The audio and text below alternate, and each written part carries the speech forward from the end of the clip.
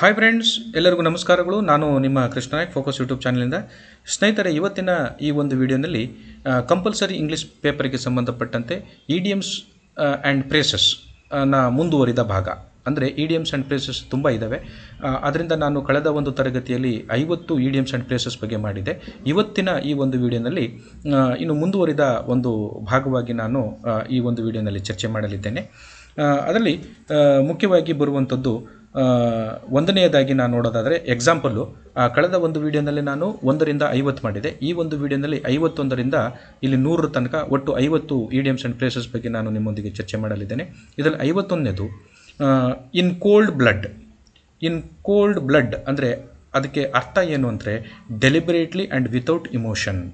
ಅಂದರೆ ಇದೇ ಯಾವುದೇ ರೀತಿಯಲ್ಲಿ ಒಂದು ಭಾವನಾತ್ಮಕವಾಗಿ ಇಲ್ಲದೆ ಡೆಲಿಬ್ರೇಟಾಗಿ ನಾವು ಹೇಳುವುದನ್ನು, ಯಾವುದೇ ವಿಚಾರನ ಸ್ಪಷ್ಟವಾಗಿ ಎಮೋಷನಲ್ ಇಲ್ಲದೇ ನೇರವಾಗಿ ಹೇಳುವುದನ್ನು ನಾವು ಇನ್ ಕೋಲ್ಡ್ ಬ್ಲಡ್ ಅಂತ ಹೇಳ್ತೀವಿ. 52 A Thorn in the flesh. A Thorn in the flesh meaning ಏನಂದರೆ ಎ ಕಾನ್ಸ್ಟಂಟ್ ಸೋರ್ಸ್ ಆಫ್ ಅನಾಯನ್ಸ್. ಇಲ್ಲಿ ಯಾವುದೇ ಒಂದು ವಿಚಾರದ ಒಂದು ಕಾನ್ಸ್ಟಂಟ್ ಸ್ಥಿರವಾದಂಥ ಮೂಲವನ್ನು ನಾವು A Thorn in the flesh ಅಂತ ಕರಿತೀವಿ. 53 smell A rat. Smell A rat ಅಂದರೆ ಅದಕ್ಕೆ ಮೀನಿಂಗು ಸಸ್ಪೆಕ್ಟ್ ಸಮಥಿಂಗ್ ಫೌಲ್. ಏನಾದರೂ ಒಂದು ಕೆಟ್ಟದಾಗಿ ವಾಸನೆನೋ ಅಥವಾ ಕೆಟ್ಟದಾಗಿ ಏನೋ ಒಂದು ಮಾಡಿದ್ದಾರೆ, ಬರ್ತಾ ಇದೆ ಸ್ಮೆಲ್ಲು ಅನ್ನೋದು ಹೇಳೋಕ್ಕೆ, ಕೆಟ್ಟ ವಾಸನೆ ಅನ್ನೋದು ಹೇಳೋಕ್ಕೆ ನಾವು smell A rat, suspect something foul. ಇಲ್ಲಿ ಏನೋ ನಡೆದಿದೆ, ಕೆಟ್ಟ ವಾಸನೆ ಬರ್ತಾ ಇದೆ ಅಂತಂದರೆ ಏನೋ ಸ್ಮೆಲ್, ಏನೋ ವಾಸನೆ ಬರ್ತಾ ಇದೆ ಅಂದರೆ ಇಲ್ಲಿ ಏನೋ ಅವ್ಯವಹಾರ ನಡೆದಿದೆ, ಏನೋ ಅವ್ಯವಹಾರ ಮಾಡಿದ್ದಾರೆ ಅನ್ನೋದಕ್ಕೆ ನಾವು ಸ್ಮೆಲ್ ಎ ರ್ಯಾಟ್ ಅಂತ ಹೇಳ್ತೀವಿ. 54 harp on the same string. Harp on the same string meaning ಏನಂದರೆ dwell on the same subject. Dwell on the same subject, ಒಂದೇ ವಿಷಯದ ಮೇಲೆ ನಾವು ಹೇಳೋದನ್ನು, ಒಂದೇ ವಿಷಯದ ಮೇಲೆ ಕೂತಿರೋದನ್ನು ನಾವು harp on the same string ಅಂತ ಕರಿತೀವಿ. 55 bury the hatchet. Bury the hatchet meaning ಏನು? End the quarrel and make peace. ಜಗಳವನ್ನು ನಿಲ್ಲಿಸಿ ಶಾಂತಿಯನ್ನು ಕಾಪಾಡುವುದನ್ನು ನಾವು ಬರಿ ದ ಹ್ಯಾಚೆ ಅಂತ ಕರಿತೀವಿ. ಬರಿ ದ ಹ್ಯಾಚೆ ಅಂತ ಕರಿತೀವಿ. ನಂತರದಲ್ಲಿ 56 leave one in the lurch. Leave one in the lurch answer ಅದಕ್ಕೆ ಮೀನಿಂಗ್ ಏನಂದರೆ desert one in difficulties. Leave one in a helpless condition ಅಂದರೆ ಕಷ್ಟದಲ್ಲಿ ದೂಡು. ಯಾವುದಾದ್ರೂ ಒಬ್ಬ ವ್ಯಕ್ತಿಯನ್ನು ಕಷ್ಟಕ್ಕೆ ದೂಡುವುದು, ಅಸಹಾಯಕನನ್ನಾಗಿ ಮಾಡುವುದು, ಇದನ್ನು ನಾವು ಲೀವ್ ಒನ್ ಇನ್ ದ ಲರ್ಚ್ ಅಂತ ಕರಿತೀವಿ.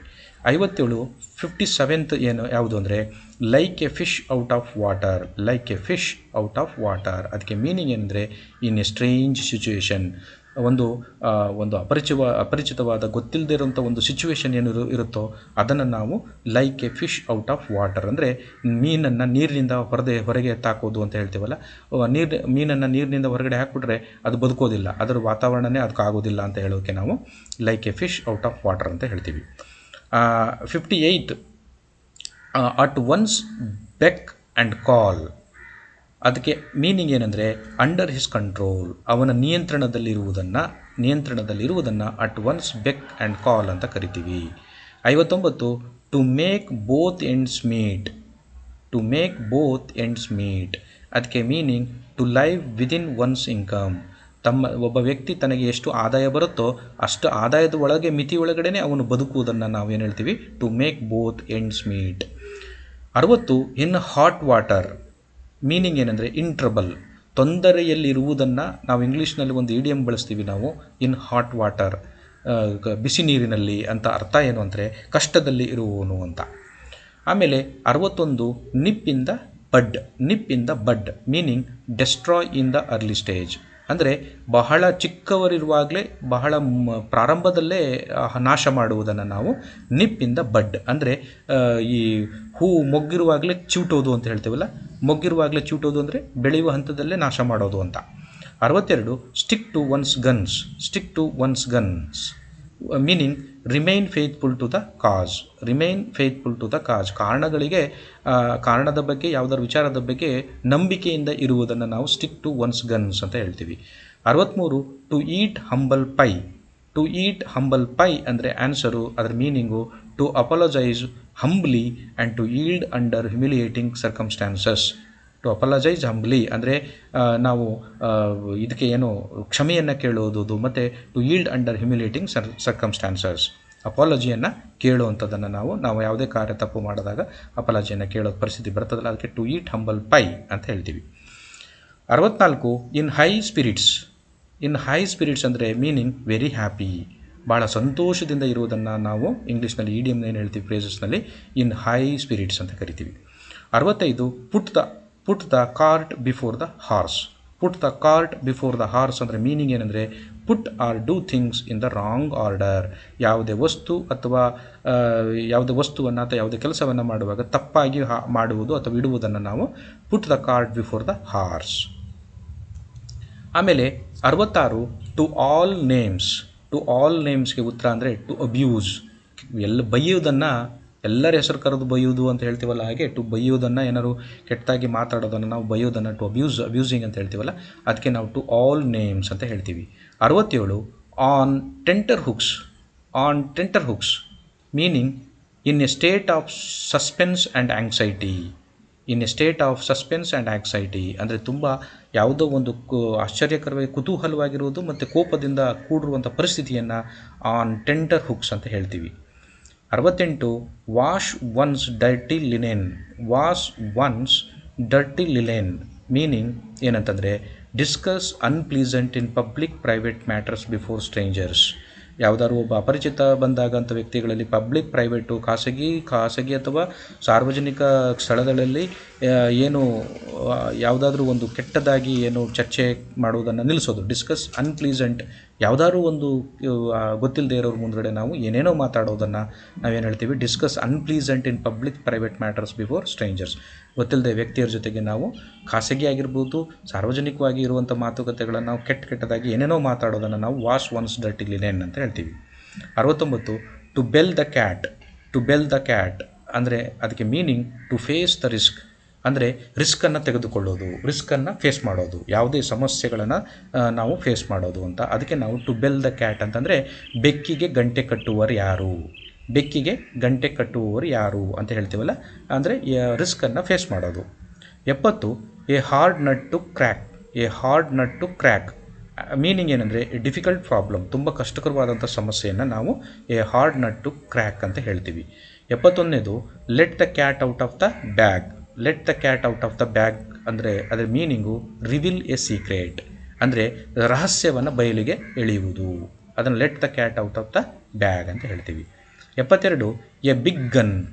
A big gun meaning an important person, ತುಂಬ ಮಹತ್ವವುಳ್ಳ ವ್ಯಕ್ತಿ, ಇಂಪಾರ್ಟೆಂಟ್ ಪರ್ಸನ್ ವ್ಯಕ್ತಿಯನ್ನು ನಾವು ಎ ಬಿಗ್ ಗನ್ ಅಂತ ಕರಿತೀವಿ.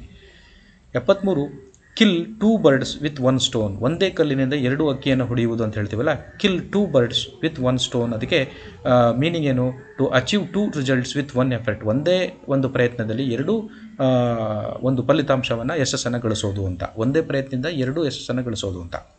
74 take one to task.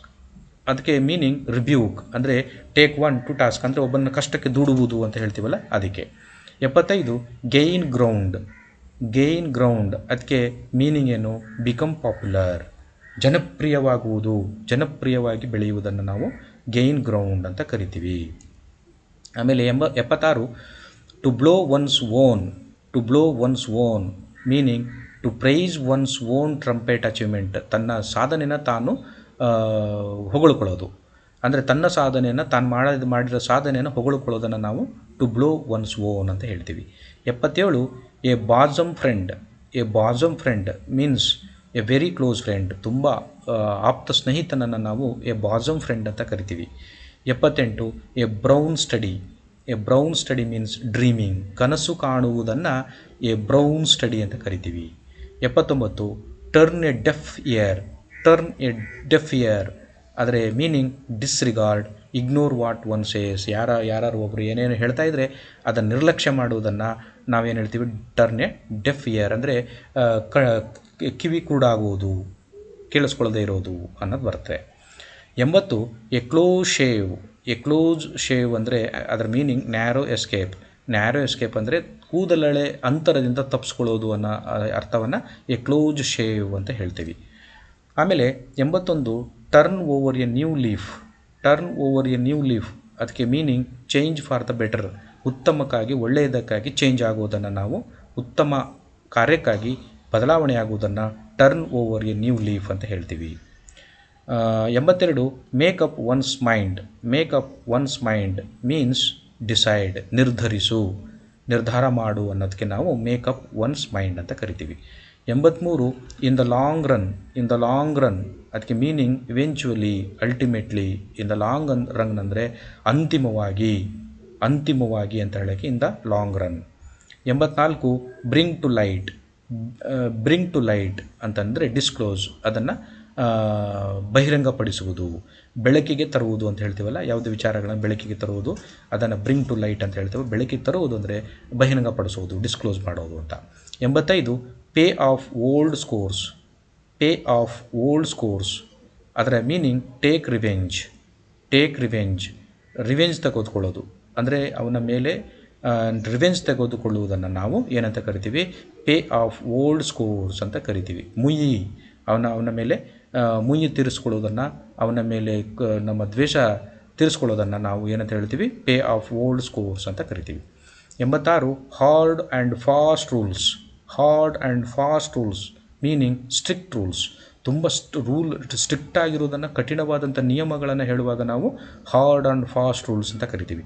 77 at the 11th hour. At the 11th hour ಅದರ ಅರ್ಥ ಅಟ್ ದ ಲಾಸ್ಟ್ ಮೊಮೆಂಟ್, ಕೊನೆಯ ಗಳಿಗೆಯಲ್ಲಿ, ಕೊನೆಯ ಗಳಿಗೆಯಲ್ಲಿ ಅಂತ ಹೇಳುವುದಕ್ಕೆ at the 11th hour. 88 a close shave. Close shave ಅಂದರೆ ಅದಕ್ಕೆ meaning narrow escape. Narrow escape ಅಂತಂದರೆ ಕೂದಲೆಳೆತ ಅಂತರದಿಂದ ತಪ್ಪಿಸ್ಕೊಂಡಿರೋದು ಅಂತ. 89 to cut a sorry figure. To cut a sorry figure ಅಂತಂದರೆ to make a poor show. To make a poor show ತುಂಬ ಕಡಿಮೆ, ಏನೂ ಇಲ್ಲದೆ ಇರುವಂಥದ್ದು ಯಾವುದೋ ಒಂದು ಇದನ್ನು ನಾವು ಪ್ರದರ್ಶನಕ್ಕಿಡುವಂಥದ್ದನ್ನು ನಾವು ತೋರಿಸೋದನ್ನು ನಾವು to cut a sorry figure ಅಂತ ಹೇಳ್ತೀವಿ. 90 ವಿತ್ ಎ ಹೈ ಹ್ಯಾಂಡ್.